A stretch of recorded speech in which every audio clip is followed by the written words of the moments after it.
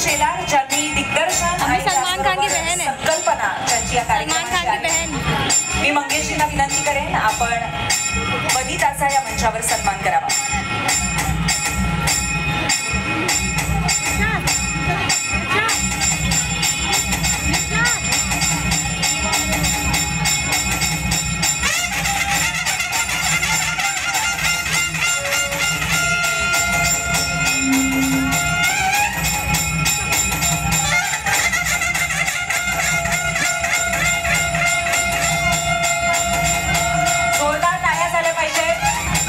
हास्यचित्र बघताना वनिता जितकं हसवते ना तितक्या जोरात टाळ्या मला आवडतं, हे महत्वाचं.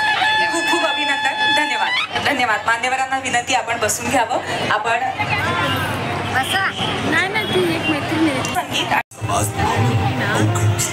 पण आपल्या भाषेच्या माणसाला या भाषेला पोचवून तिला निर्माण करून हे सयाजी यांच्या कामाचं.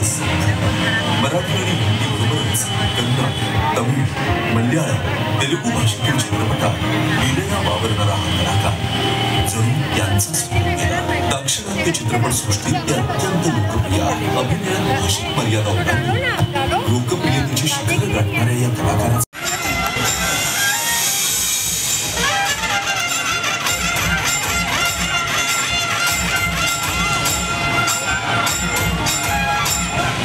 सन्माननीय अभिनेते सयाजी शिंदे यांना आपण गौरव मराठीचा अभिमान मुंबईचा या पुरस्काराने इथे मंचावर सन्मानित करतो.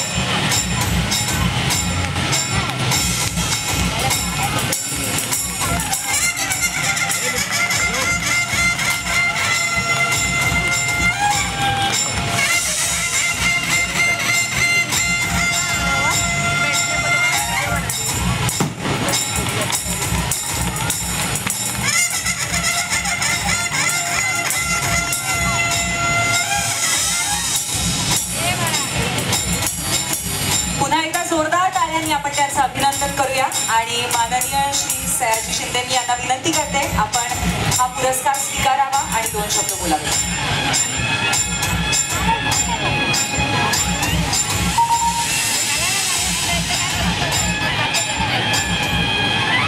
आज मला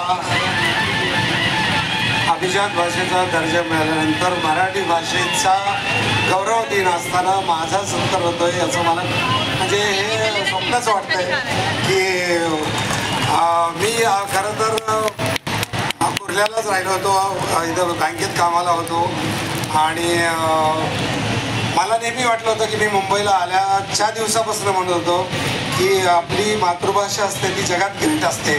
मग ज्याची कोणाची मातृभाषा असेल ती ग्रेटच असली पाहिजे. आणि आपल्याला पहिलं आणि मराठीतलं स्पेशली पहिलं आई हा शब्द म्हणजे तिथंच माझी आई हे सगळ्यात मोठं विद्यापीठ होतं असं मला वाटतं की त्यानंतर बाकी सगळी विद्यापीठ होतं. पण मराठीत म्हणजे मी 8-10 भाषेत जरी काम केलं असलं तरी आज 500 चित्रपट झाले तरी प्रत्येक चित्रपटाच्या वेळेला मी सगळं मराठीत लिहून घेतो आणि मग ते मराठीत व्यक्त झालं तर कसं असेल असं व्यक्त करतो. आणि मला वाटतं की मी जर सातारचं आहे आणि मग मी तेलुगू बोललो तरी ते सातारी तेलुगू असतो, तामिळ असलं तरी ते सातारी तामिळ असतं, कन्नड असलं तरी सातारी तामिळ असतं, ते कन्नड असतं.